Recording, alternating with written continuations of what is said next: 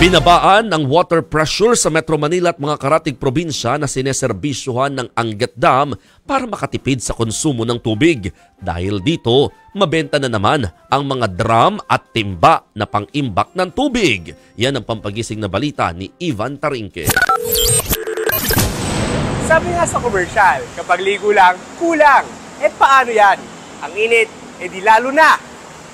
Sa latest monitoring sa mga dam, ayun na nga, bumaba na.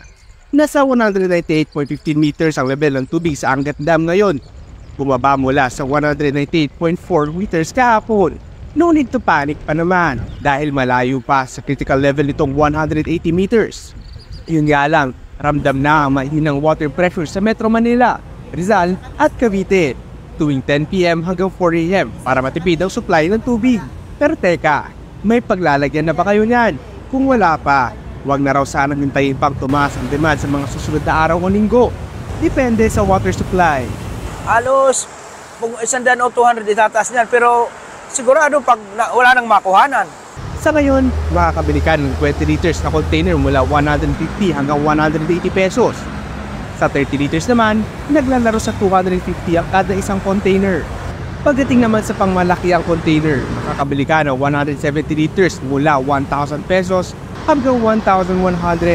Sa 200 liters naman, nasa 1,200 hanggang 1,300 naman ang presyuhan.